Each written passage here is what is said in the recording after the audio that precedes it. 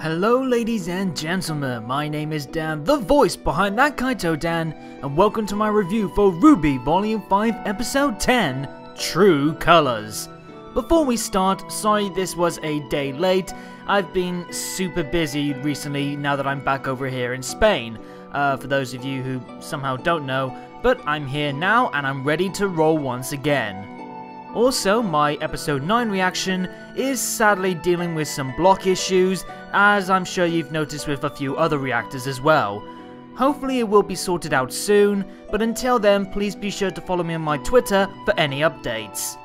Beyond that, don't forget that there is no RWBY episode this week as Rooster Teeth are having a break for Christmas, but Volume 5 will resume on December 30th, so we won't have to wait too long for more RWBY goodness. And in the meantime, I'll be working on my top 10 RWBY Chibi Season 2 skits video, so be on the lookout for that in the coming days. And finally, as ever, please watch the episode through the official sources and be aware that spoilers are ahead.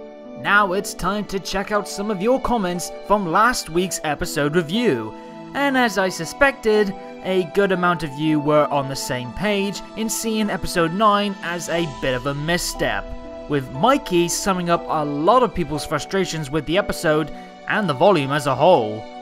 There were some interesting theories being brewing around as well, like AC Gears and Arms thinking that Raven could come out of this volume with the relic, leaving both the good and bad sides with a heavy failure. While Santana 1919 wonders if Ruby may become the next full maiden if Cinder dies, with the power being passed on to her enemy since she's constantly got revenge on Ruby on her mind.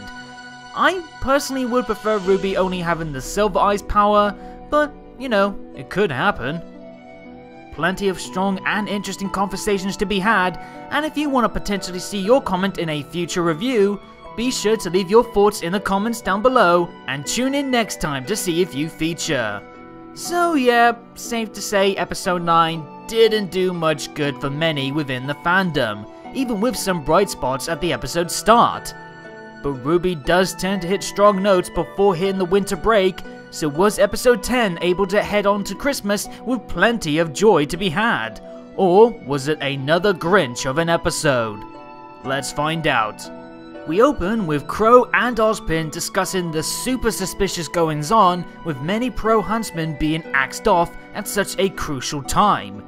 Even if Ozpin is holding out on humanity being resilient, even he can't deny that this is not the best situation to be dealing with when trying to defend the world from Salem's next attack. Still, Ozpin is willing to keep faith in those who will fight against the malice.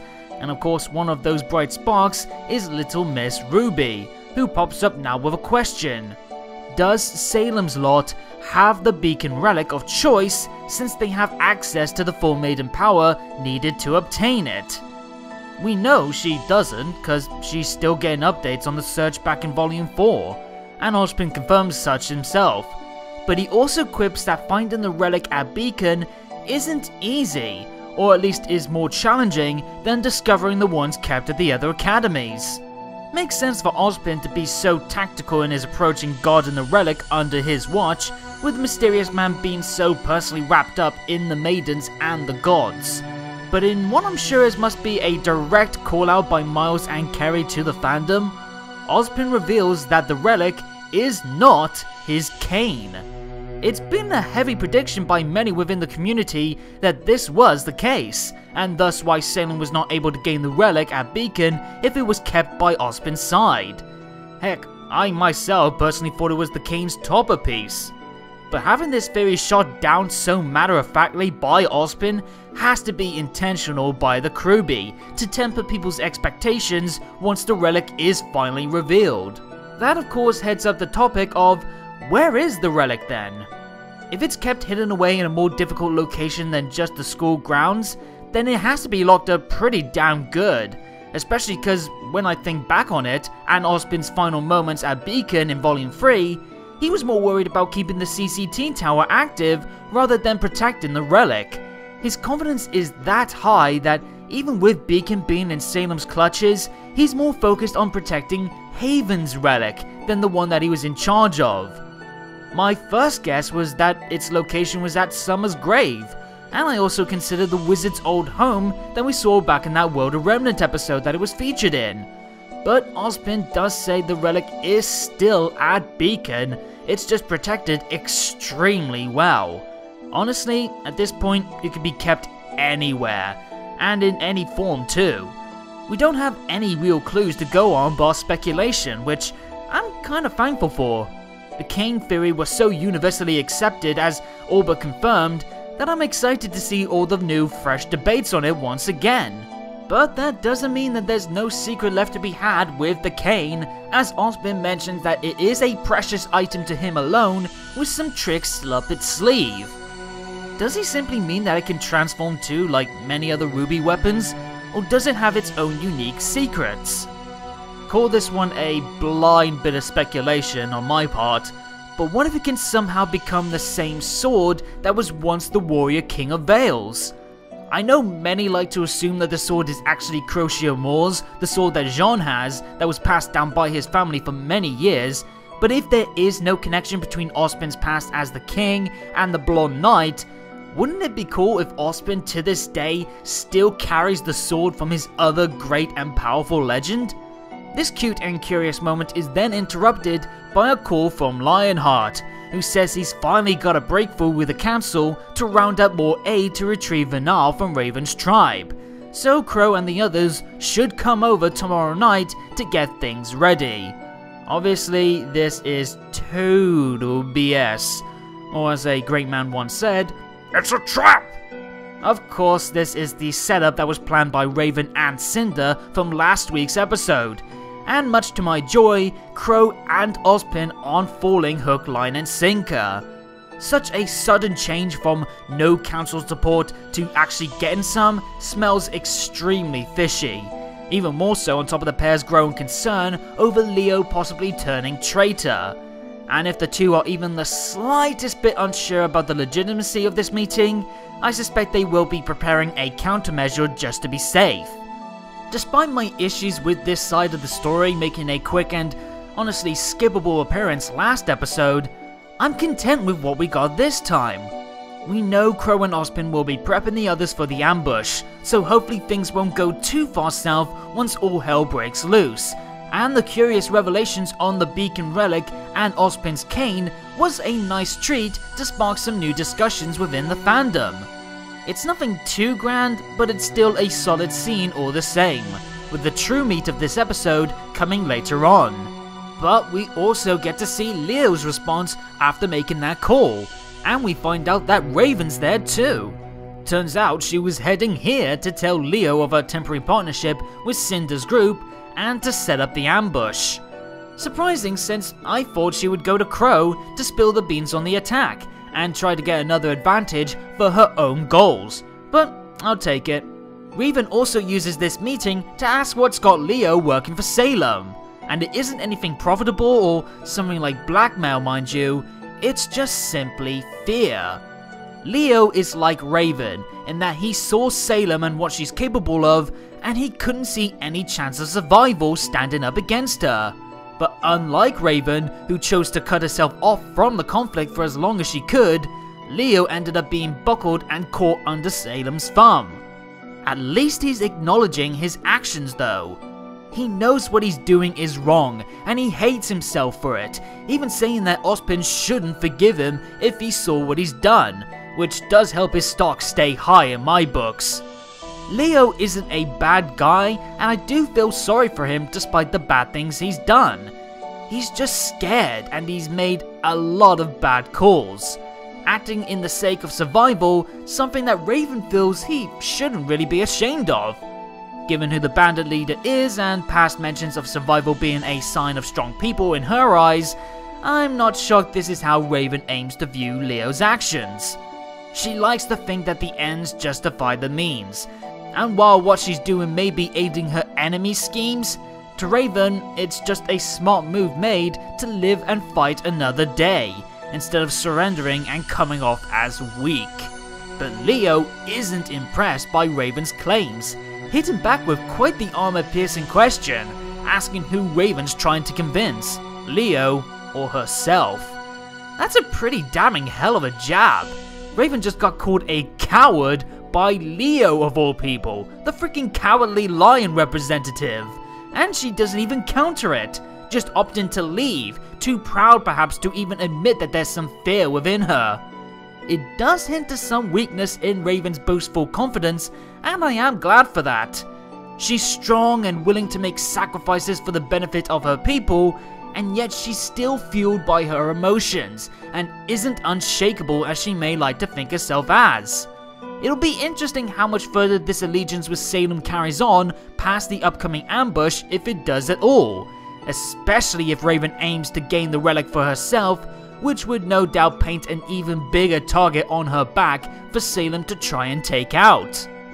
But now we get to the main event, the continued fighting in the Belladonna household, with Collie, the first one that we see, still fighting. I did have a brief moment of anger towards this one guard who looked to be just hiding while Collie fends herself out of the open with a flippin' tea tray of all things for protection, but we later see she is injured in her arm, so she's off the hook for now. Either way, Collie's in a very tight spot, and things don't get any better once Yuma swoops in to strike.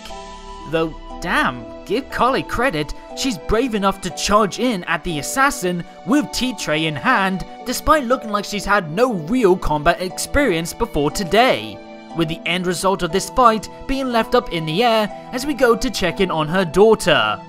Blake's still questioning Ilia's devotion to aid in this attack, and the chameleon girl keeps trying to defend herself, saying that there was no other choice but this path that she's on. And in the end, the two finally come to blows. And oh boy, it's quite awesome. The two of them are so damn skilled in combat, both up close and personal and at a distance, and their natural agility allows for some very stylish and flashy moves. The two girls almost fight the exact same way, making their similarities grow even deeper than just their shared beliefs and history. There's plenty of mixing in the terrain for elevation and cover, plus using their weapons' range for ground covering attacks. But right away, you can tell that these two aren't fighting with the same goal in mind. Ilia is no doubt trying to give it her all, but Blake meanwhile is still trying to convince Ilia to see the wrong path she's following, even in combat, with her game plan being trying to block Ilia's offense so she can try to get close and talk her down. Ilia, however, doesn't want a lecture, and ups the danger by turning off the lights and going into a stealth camouflage mode. Now, I've heard some people wondering how Blake doesn't see Ilia since Faunus can't see in the dark, but my impression is that no matter the lighting, Ilia is still blending in with her surroundings, so she can't be seen.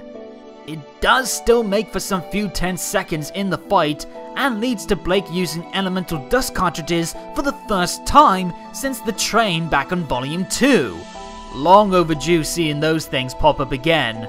Now things get literally fired up, with the flames in the room lighting up Ilia from her hiding spot, and into one of my favourite sequences in the episode. Not only do we get more excellent acrobatics, cloning, and nerve-wracking emotion-packed attacks, but the direction on this bit is quite awesome. Tons of different camera angles and camera shakes alongside the nimble movements of the girls help this fight flow wonderfully. The slow motion on this one shot was nicely done as well, and I love the expressions on display throughout this scene and the fight as a whole, as well as Ilia's wicked whipping blocking off Blake's gunshots. Plus the dim orange lighting from the fire does a great job in amplifying the nail-biting tone and the heated emotions rising up the more Ilia gets frustrated with Blake holding back.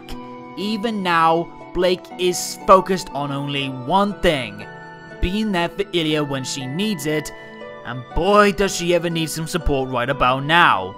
Blake won't run away when it's clear that Ilia is right on the tipping edge of being corrupted for good by Adam's violent ideals. But here's Ilia still seeing that there's only one choice that she had left after Blake vanished, and now it's up to Blake to make her see sense. Good thing that she's still thinking smart in this fight. She's not clouded by her emotions like Ilia is, as Blake uses her ice dust shots to freeze Ilia's whip, allowing for an opening to pin her old friend down. This gives Blake another chance to hammer home the fact that there's always another choice. One that doesn't warp you into someone you know you are not. Someone others wouldn't want you to become, like Blake or Ilia's parents. Blake knows Ilia is a good person. She's just scared and felt there was nowhere else to go but be led by those who would abuse her emotions like Adam and the Albanes did.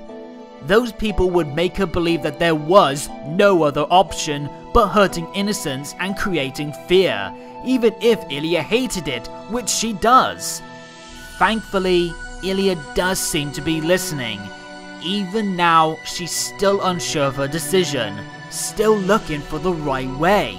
But before any more progress is made, Corsac comes bursting through the wall with Gira following suit. However, the chieftain gets distracted by Blake and doesn't catch Fennec coming in from behind to stab him, gifting Ilia an opening to hit Blake off her. Won't lie, I thought this was it for Gira.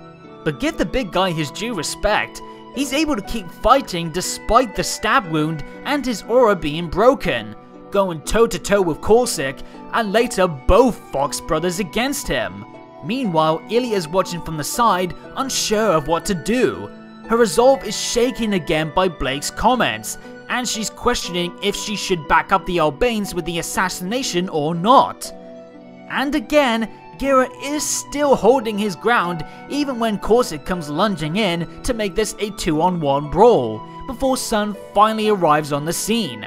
I guess he got knocked out earlier in the clash. Now it's Sun's time to shine, and he's got a score to settle with Ilia, which gives us not only the best visually pleasing tussle in this episode, but the welcome return of the Gunchucks. Kim Newman, I tip my hat off to your outstanding work in this sequence. Not just for the epicness of seeing this weapon form back in action since it was last seen way back in his debut back in Volume 1's finale, but also in just how damn slick this whole piece is. Sun's clearly on top of things, with his flippy tricks and hard-hitting rapping blows being too much for Ilia to handle, and it's so damn good to watch in motion. Honestly folks, the screenshots don't do this sequence justice. You need to see it in the episode properly. The fighting is stopped though when Blake is tearfully begging for her friends to calm down. But the danger is still there when it looks like Ilia gets squished under a crumbling chunk of the house, were it not for Gira being the badass he is, making the save. That's a very key pivotal moment right there, by the way, not just in keeping Ilia alive, but also in what happens in a bit later on with Ilia. For now though, Gira gets some aid from Sun to keep from the chieftain being pancaked himself, and then Fennec pops up, angry at how he and his brother are unable to get the job done, so wielding 2 fire dust daggers, the pissed off Albane is ready to strike at the vulnerable Gira. Were it not for Blake being able to pull her father away in time, resulting in Fennec getting caught under the weight, meeting a very gruesome and explosive end with the added boom caused by the crushed charged fire dust. Damn, I mean, out of all the people I expected to die in this arc, I didn't expect it to be one of the Albanes. Heck, Carly arrives on the scene looking alive and well too. She actually knocked out Yuma with a piece of flipping kitchenware. Yes, you can say it's kind of weak given Yuma was built up as this badass vicious assassin, only to be taken out like a punk bitch, but even so, he is technically an extremely minor character, and it does mean that Kali is still safe and sound. I think Kali still has plenty to offer the story, more so than some rando assassin, even if he is voiced by Lanny Patur. Though the good guys aren't out of the woods just yet, now that a furious Corsac has recovered. The mission has failed, and he's lost his brother too, but the Foxman is still willing to fight on, if not for Ilia finally seeing the error of her ways, shocking Corsac into submission before she starts bawling her eyes out. She's gone through a lot of emotional turmoil since Blake returned and helped her see what she's doing was wrong. This is a heavy stress taken off her shoulders, so she can't help but break down. Naturally, the chaos at Casa Belladonna has attracted a huge crowd outside, seeing what's going on now that the battle is over. Which leads to a moment that I knew was coming ever since we missed out on it back in episode 3. Blake giving a speech to the people of Kuokuana. She uses the sight they see before them as proof that humans aren't the only ones fighting against peace for the Faunus, but some of their own kind are doing just as much damage too. Faunus are just as capable as humans in causing the rift between the races to grow with hatred and acts of violence, regardless of any drawbacks it has to their own people. The biggest offender, of course, being Adam and the White Fang. And yet the folks in Kuokuana and other Faunus around the world won't step up to challenge this misconception that all Faunus agree with Adam's toxic message. Their inactivity is giving Adam and people like him free reign to use power and fear without anyone saying, "No, this is not how all Faunus are like. We do not condone the use of violence to try and get respect and better treatment." And if there are those who are out there who don't agree with these acts, they're still doing nothing to try and change that. While it is fair for the people of Menagerie to try and ask to be left alone after many years of torment, it's an easy out to a complicated situation that even Blake doesn't know the answers to. But she does know that what Adam plans to do is wrong, and if Haven falls, more Faunus will be victimized and blamed for the incident, just like with Beacon's fall. Only this time, there may be no hope of ever finding peace if everyone starts to believe that there's no good in the Faunus. So Blake will fight Adam and the White Fang. She won't hide when there are lives on the line, human and Faunus, and if she has to do it without any support, so be it. This is a fantastic moment for Blake's personal arc. She's finally learning the lesson that she's been meaning to learn for some time. The more you run away, the more people are gonna take advantage of your absence. Blake's constantly dealt with avoiding confronting her issues, be it Adam with his twisted beliefs, Weiss with her hatred for the Faunus, or her whole team and any possible backlash for the White Fang being part of the Beacon attack. She spends so much of her life thinking that if she's not involved, she can avoid being hurt, and maybe things can die down. But now she chooses to stop running, and will take matters into her own hands. This speech will serve as a huge landmark moment in Blake's devotion to never running away again when those she cares about and the things she believes in are being threatened. It also goes a very long way in helping Blake start to build her credibility as a true leader to follow. Her passion and her understanding making her a very worthwhile figurehead for the common folk to believe in and be inspired by, which will go a long way in helping Blake have enough clout to challenge Adam and the White Fang. I would not be shocked if come RWBY's end, Blake ends up being the new leader of a reformed White Fang. And this scene could be the catalyst that sparks that future role becoming a reality. Also, I have to say, Aaron does a fantastically brilliant job in this scene. She delivered the right amount of fire for an outcry solely needed to boost Blake's character into a firm resolve moving forward, and she nailed it perfectly. The good news is though, Blake won't be going to Haven alone, as Ilia shouts out her declaration to stand by her side, if she'll allow it. She's come to terms that what she's been told for so long by the White Fang and by Adam and the Albanes isn't true. There are people out there who won't stand by and let the hate happen, and that includes the Belladonnas. She even got saved by Gira, which I think was the final nail in the coffin for Ilia believing what the Albanes told her about the Belladonna standing in the way of Faunus progress for equality. Ilia is notable in how, even at this deep in the mire, she was plagued by the doubts of her actions, and at numerous points she kept trying to convince herself that she was in the right because that's what she's been told. Now she sees that there's still another option that doesn't require her to change who she is and become this violent tool for spite. She wants to take that path of peace and make amends for her past mistakes. especially if she can do it alongside Blake, the one person who can help her on the road of redemption smoothly, and Blake does indeed welcome her into the group. Not only that, but tons of the crowd start to join up the cause as well. I imagine seeing the same white fangirl who spoke out recently against the Belladonnas now joining their cause speaks volumes about their chances of actually making some improvements.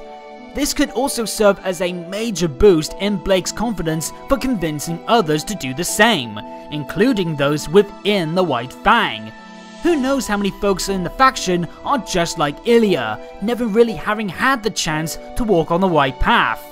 If Ilia can be convinced, then there is hope that Blake will be able to shake up the White Fang's strength and gain support by her people. This also obviously helps out the gang over in Haven a great deal as well, with the group struggling to find extra aid. And as of this moment, Blake, her parents, Ilia and son, who has a charming moment with Ilia settling their past issues, have 2 weeks to get equipment and train the recruits for battle, as well as transport them all the way to the north of Mistral in time for the attack. That does give them a decent, though tight amount of time to prepare. And now I'm just picturing Blake and the gang jumping off their sea captain friend's ships with a Faunus army charging behind them, kinda like that ghost scene in Lord of the Rings Return of the King. Until that time comes, and with this episode wrapping up, Blake and company better prepare their forces for what should be one hell of a fight, especially after we just had a very intense battle already. Talk about a recovery episode. After things ended flatly last time out, this episode rejuvenated a lot of my happiness found in this volume and this arc, especially pleasing considering it was the Blake arc that was the focal point for both episodes' notable highs and lows. Whereas last week the events in Menagerie felt slow and meandering, this time it was fast-paced and with purpose. While the former failed to capitalize on its setup and didn't really make any progress, the latter was exciting and full of thrills and emotional highs that welcomed new chapters for several of the cast. The visual quality in this battle alone, in terms of the battle animations, visual effects, lighting and camera directing, exceeded itself in its quality and grew stronger and stronger the more the episode went along, with, as I mentioned before, the Sun vs Ilia segment being the real highlight of the fighting.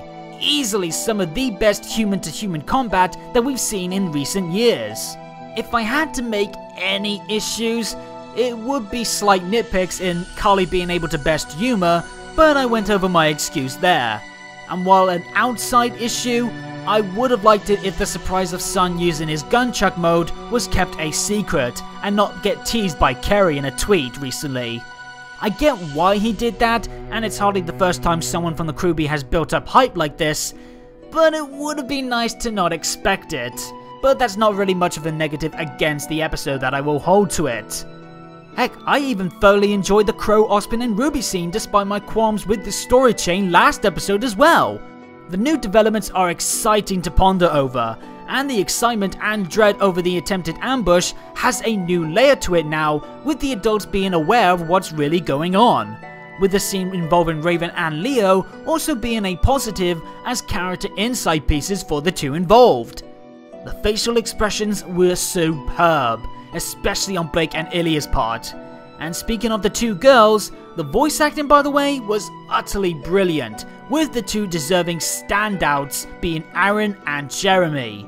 Even with as shaky as this arc has been in terms of its pacing and its episode by episode events, these two women have carried so much of the emotional center through their voice work, and no episode portrays that better for me than this one. Such honest-to-God pure gripping emotion from the pair of them, and I applaud them for so much what they've done for this episode. So much so that both of them are getting my voice acting gold star. So overall, this was definitely the right way to bounce back from last week's episode. This time we got an episode that was peppered with some curious topics, but with the true mouth-watering enjoyment coming from several raw and passionate battles and character developments. Ilia is quickly becoming one of my all-time favourite characters in this series, and I'm so glad to see her start a new chapter in her arc alongside Blake. Hopefully we'll see more of her as she takes her first step to redemption, and I'm looking forward to seeing how she'll interact with Sun, Blake, the Belladonnas, and especially Blake's team once they all reunite. It was fun while it lasted too with the Albanes, as I suspect with one dead and the other in jail, we won't be seeing them again. But we must move on and look ahead. With a few more chapters left to go and an excellent recovery episode to leave off on a high before the winter break, I'm happy to say that this RWBY fan already feels like he just got an early Christmas present and one of the volume's strongest delights. But that's just my opinion, and you're always welcome to share yours in the comments down below. Did you enjoy this grand chapter in the Menagerie arc? Are you glad to see Ilia look to redeem herself? And what do you think will happen when RWBY returns after Christmas? Let me know in the comments down below, and while you're at it, hit the subscribe and bell buttons to make sure you get every new video from me as they drop. And follow me on Twitter at ThatKaitoDan for more on all things RWBY, future content from yours truly, and more. Until next time though, have a great Christmas and happy holidays. Until then, have a good day or good night, and peace out.